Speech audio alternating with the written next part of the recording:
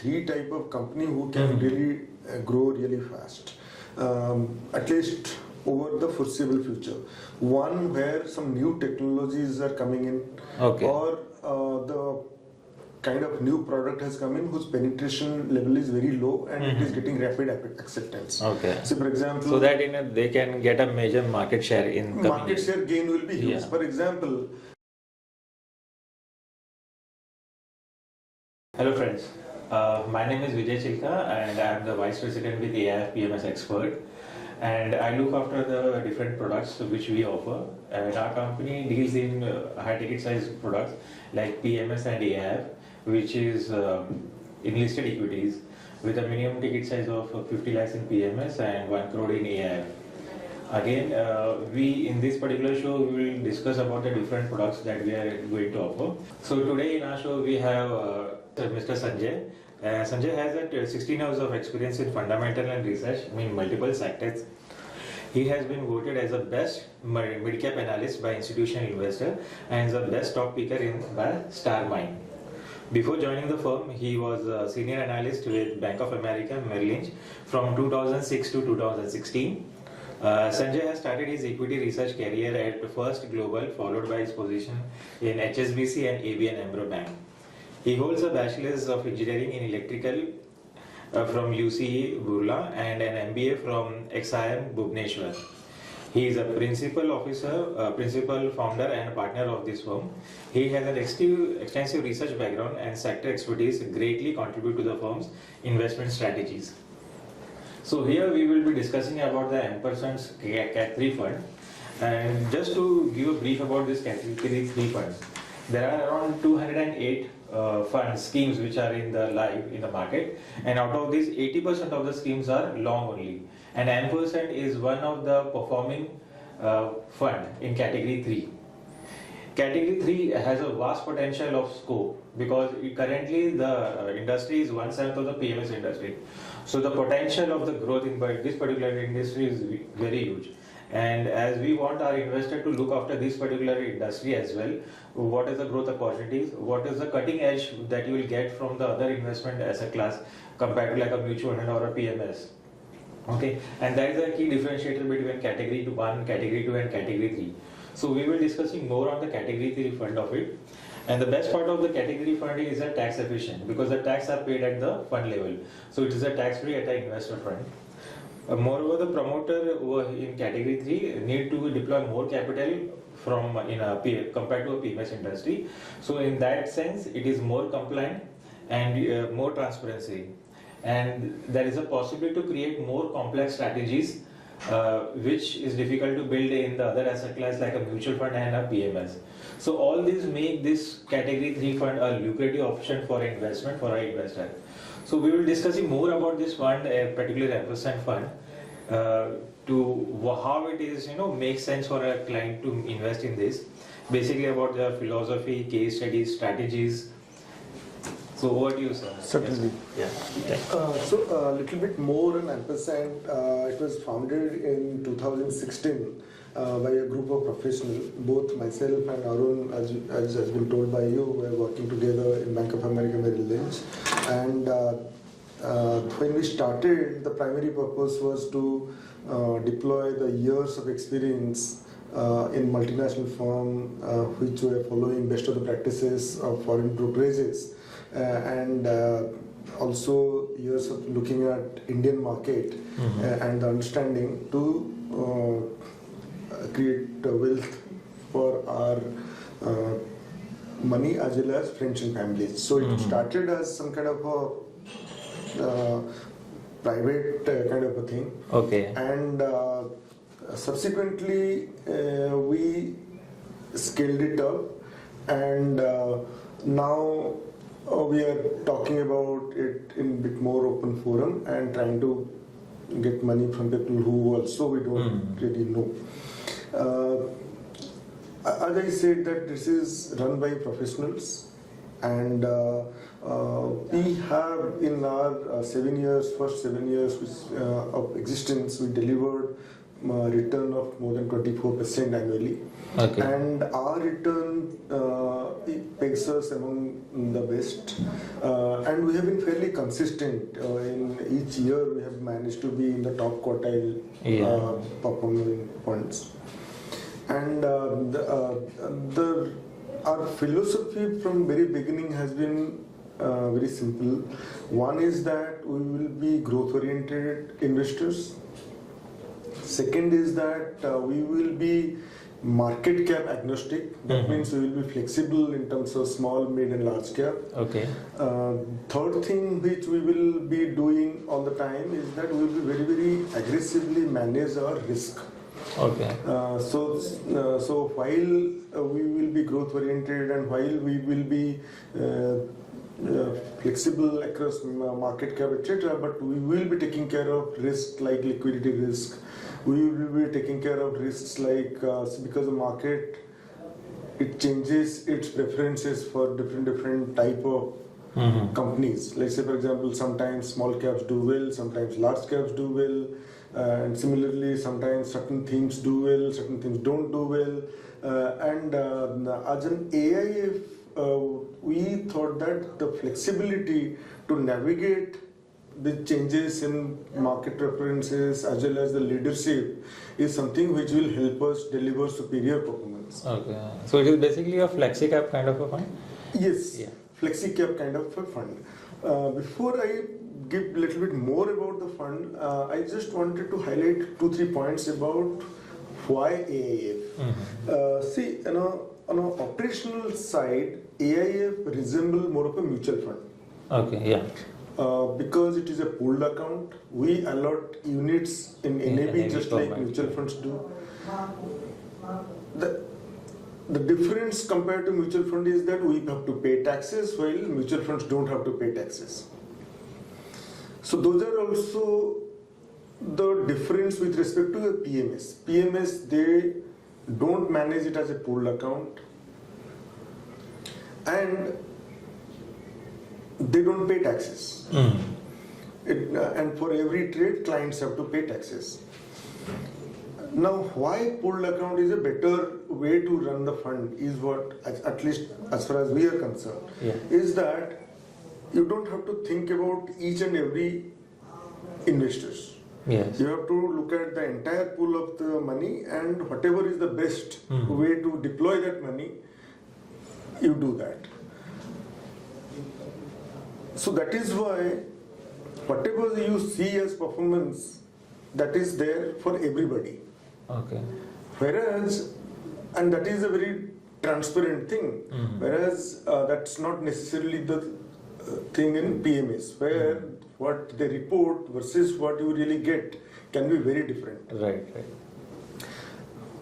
And since we don't have to think about each and every individual investors, that is why it gives us the better flexibility as well as better bandwidth to manage the fund. Which is also the reason why this pooled account structure globally is the most preferred way of managing money as opposed to the individual style of PMS. So that's what I just wanted to highlight about AIF and why we went for it instead of. And last thing that I wanted to tell you about our fund is that it is an open-ended fund. You can invest anytime and you can redeem anytime. Of course, there is 1 year lock-in, but otherwise, after that, you can redeem at any point of time and you can enter at any point of time. So it's open-ended, So that's the important thing. On an average, we have invested one third in large, small, and mid. Though depending on market circumstance, it can change, but on an average, it would be like that. And depending on the kind of stocks that we like, the valuation, everything, it will be like that. So now coming to our fund performance, I have kind of given you some flavor. And as I said that we are kind of growth investors. So that is where one slide which I always kind of make it a point to highlight is that our portfolio, if you look at one of our slides, is that we always are designing a portfolio which can grow at 25% earnings. Okay, pretty good. Even in the previous quarter, when there was a huge slowdown and there was no earnings growth by top 500 companies put together, our companies delivered more than 20% earnings. Okay. So that is something which we are always focused on, and we are always looking at such companies. We do take care of valuation. We try to take care of risks, as I said, but the growth is the most important aspect for us. Okay.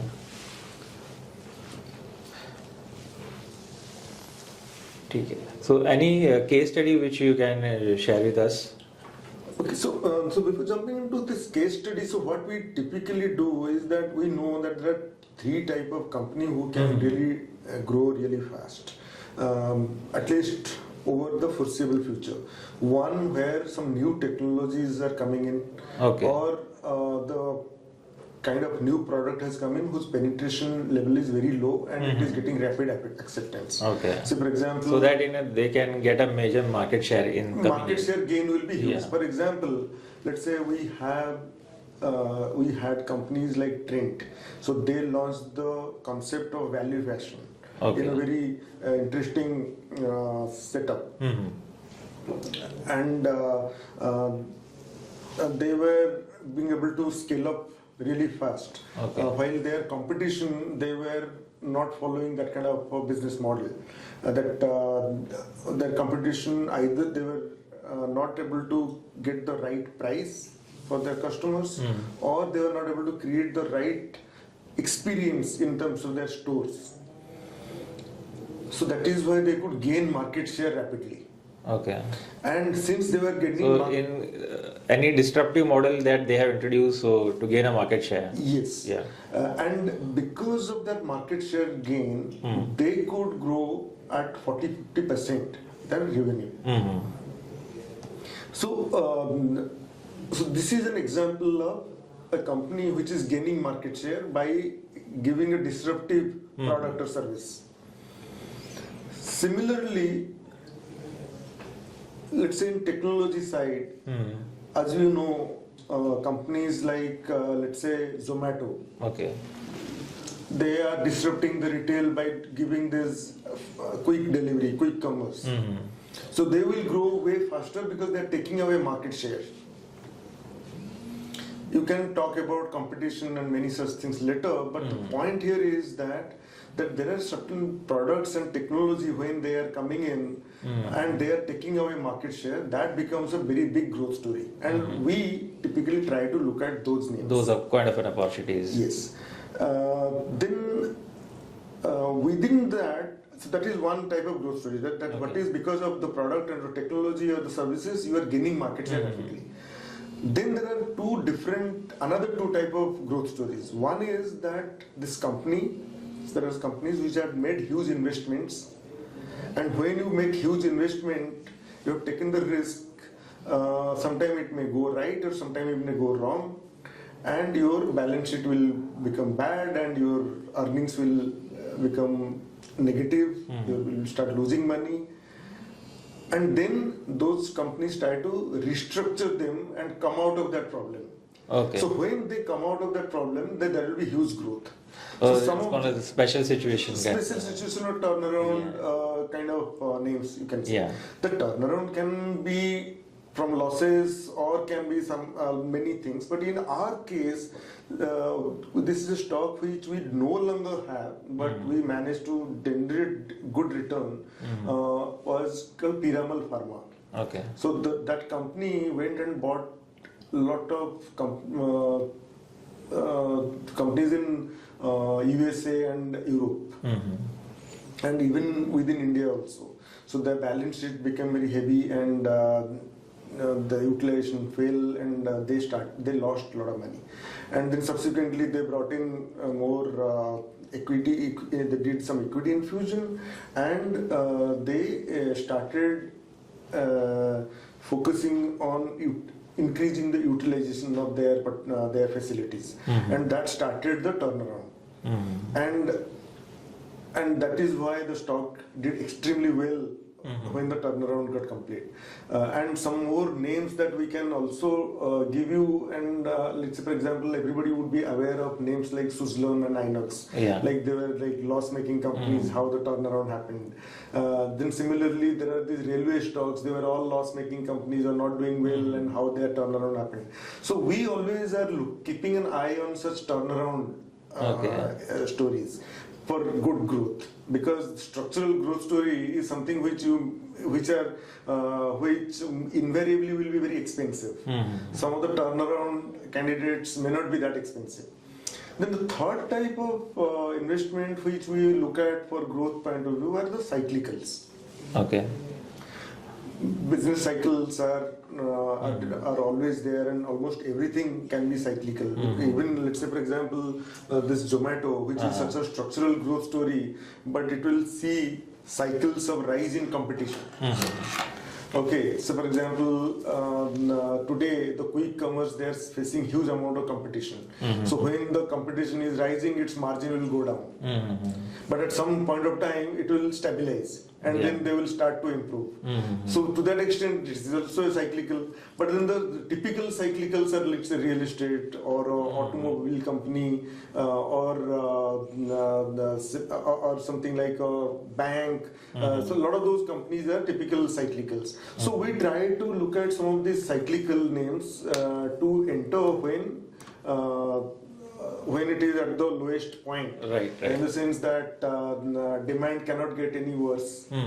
Their cost structure cannot get any worse. Okay. But the thing about all these three themes, the valuation technique that you will apply will be different. Yeah, so that was actually the next question, because every industry has a different parameter to judge the profitability of that. Absolutely. So, can you just elaborate on your team? How, because analyzing a company from a different sector, they need to have core expertise of that particular sector. Absolutely. And as we discussed, there are cyclical companies which you chase on, special situation companies, and the companies with the innovation in their technological or service innovation to which they can increase the market share. So you tap on those set of companies, and it's a flexi cap based on the market condition. You switch between the large cap, mid cap, and small cap. So how strong is your team to identify all this? So if you can elaborate on your team strength and its expertise. So as you can see, both of us are research analysts, so 20-30 years of experience each of us have, and we are backed by another 3 research analysts. Okay.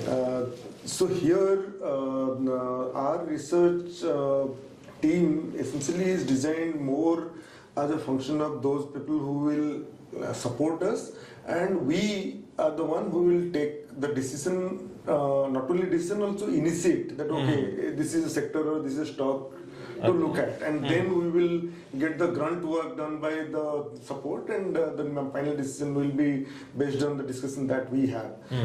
We are of course expanding team, and very shortly a very senior research analyst will also join us, but as a firm, it will that character of both me and Arun, who have spent so much time in equity research, and our ability to kind of sift through all the data, our network of analysts who we know because of years of experience, and what they are saying, our network of corporates that we know over the years, our network of let's say other fund managers that we know over the years, those will continue to be the funnel which will be used to finally take the decision. Okay. Yeah. So in that, I'll just basically we have also lot of no's, and that reduces the number of sectors and stocks that we can look at. We generally don't invest in commodities. Okay. We generally don't invest in, let's say, PSUs and many companies whose management is something which we are not familiar with. So if you look at it from that angle, then there would be some 150, 200 odd companies which would be, like investment worthy. And also, if you look at the top 500 stocks, Probably 100 of stocks would be kind of ex-growth kind of stocks. Okay. Okay, and as you know, like we are very much growth-oriented investors. So that is something which you have to keep in mind when you are looking at our team. And the very last thing that I would like to highlight from on this topic is that so as Arun said, that he has looked at certain sectors. In my career, I started with the listing of telecom companies, that is Bharti Airtel and other telecom companies. Then I moved on to Maruti's IPO, even Arun was also there. Then I looked at auto parts, from sugar, cement, and engineering, and many such stocks sectors. So that way we have covered most of these names. And again, coming back to this nose, we generally avoid doing bottom-up investing in banking and NBFC sector. Okay, that's what one. Any red flags, in your framework or in the selection of stock? Any red flags? If this is there, it might be a sector, it might be or something else from the business point of view. Yes. That you do not invest in those companies. So generally we avoid bottom up analysis in banking and NBFC. Okay. So for instance, if we become macro positive on banking and NBFCs, then we will go and buy among the top 3 companies. We will not really go and find out some very small bank like Lakshmi Vilas Bank or something like that. We will not do that. Generally, that will be our approach. And coming to other negatives, as we said that we rely a lot on track record. Okay. So even when we are looking at turnaround stories, for example, Piramal Pharma, everybody knows that Piramal has been great in pharma for a very long time. Yeah. So it is not just those numbers track record, but as managing a pharma business, everybody knows that. That is something which has to be there. So if the company doesn't have much of a track record, we will be very hesitant. Which is also the reason why we have not really been too aggressive in participating in many IPOs. Because they are the company who you are meeting for the very first time. In one of our practice, which we typically follow, is that if we come across a new name, we study it for at least 6 months. Okay, 6 months meaning 2 quarters, meaning 2 analyst call. How they have conducted themselves with us in those calls, and whether they met their guidance, whether they were truthful or not. So these are criteria which we have to. So past performance and their credibility also matters a lot. Those are very important for us. So that knocks off several companies, and we also try to avoid companies which get into too much events. Okay, but you cannot really completely avoid. Say for example, companies which are raising capital too often, acquiring companies too often, are something which we are not comfortable with. Similarly, can you just share the idea behind that? The idea behind that is that when we are looking at track record, we are looking at culture, right? So we have seen that more often than not, these M&As don't work because of cultural conflicts. And a lot of time companies do M&A because they have access to cheap capital. Okay, so those people, they stop respecting capital. And what happens is that it immediately gives you a top line. Okay, and it is after several years that they find out trouble. If you look at most of the very, very high profile cross-border M&A in India, most of them have failed. I mean, of course, I don't have to really go and talk about Tata Steel scorers or several other such names, but it is always very difficult. Okay. That is one reason. Second reason is that most of the time when there is event, there are a lot of these market participants, they get to know a lot of information. They become privy to a lot of information. Okay. Which we don't want to deal with, because either it will be a violation of ethical practices, corporate governance practices, or whichever way we look at it, we will never have the edge over certain insiders. Yeah. And we don't want to do that. We always want to be very, very ethical in our conduct. When we are either investing in a company, trading in a company, we want to be extremely ethical. Even if we are interacting with companies on a regular basis, if they have silent spirit, we don't talk. We talk with them. Okay. So with our considering how ethical we are, we really don't think that we will have the edge in companies where events are happening and a lot of insiders are participating. Okay. Okay. And we want to steer clear of that. Sure. I hope I explained. Yeah. Any such more insight on the this is one of the that you don't invest in a company who do a lot of events or fundraising activities. So anything such more points to be. Of course, it is a very tricky thing. When I said that they don't want to raise too much money, but there are two types of companies which are raising. There are three types of companies which are raising money.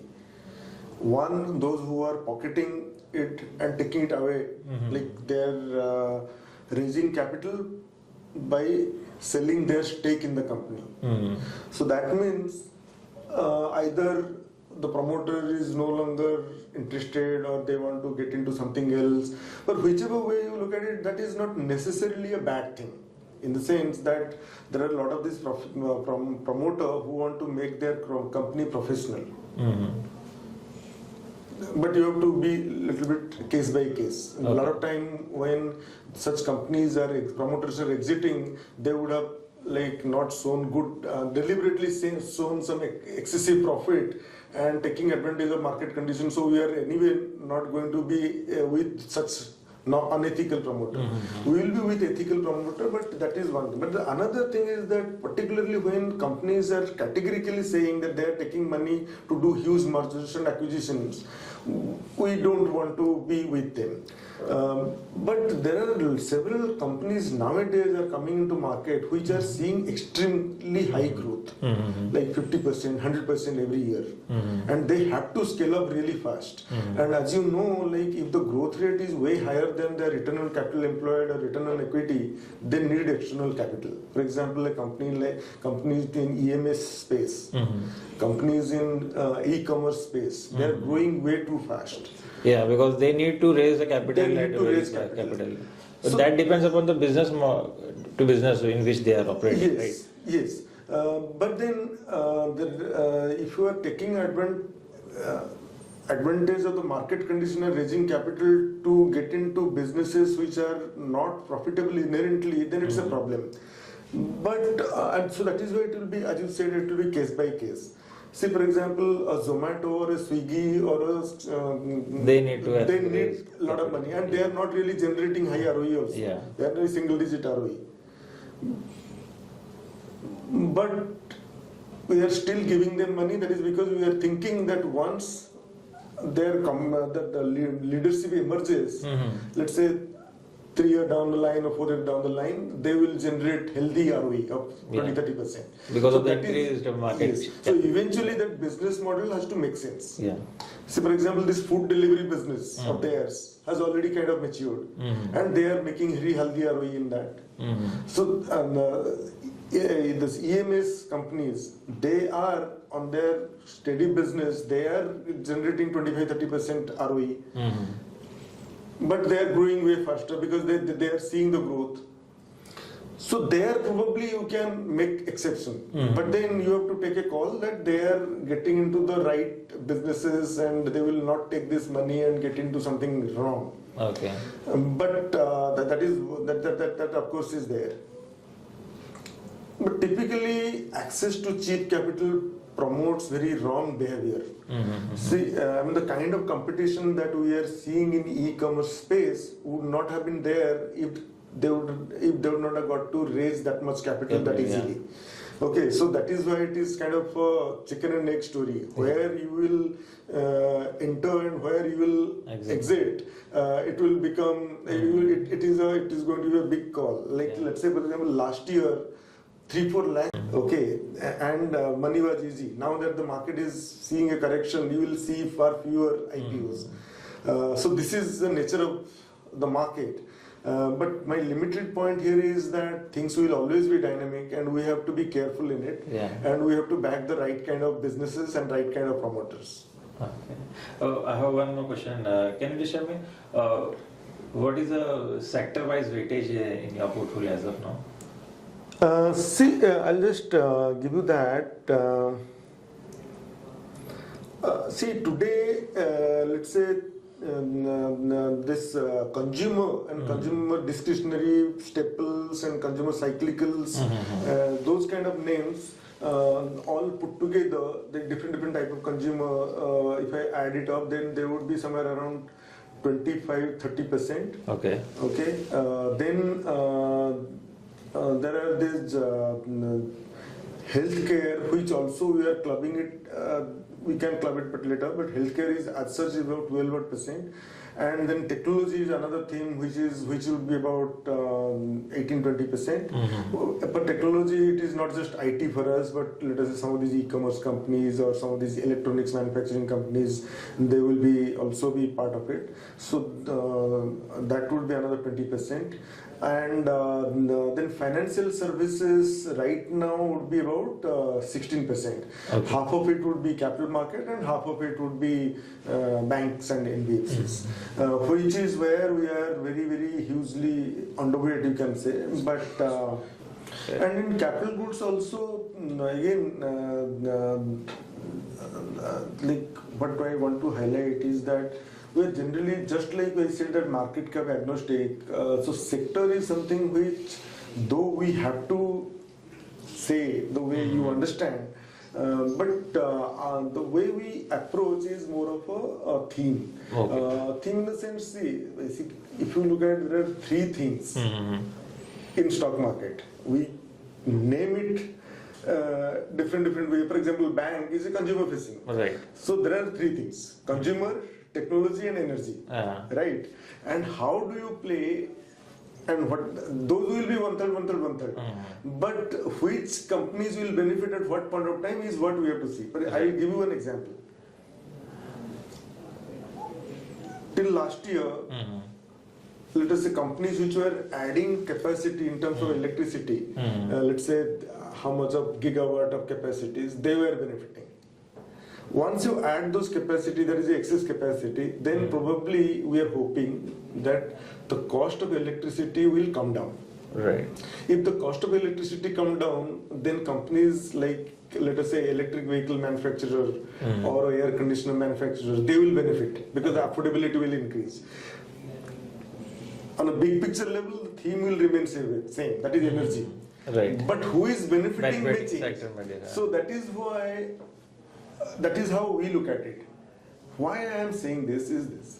You look more of a big picture now. Because this is how we as AIF can be different from a conventional mutual fund or a conventional PMS. The AIF structure allows us to use these complexities. This complex way of present thinking. Otherwise, you will be reporting to SEBI like, okay, I have this stock, this percentage,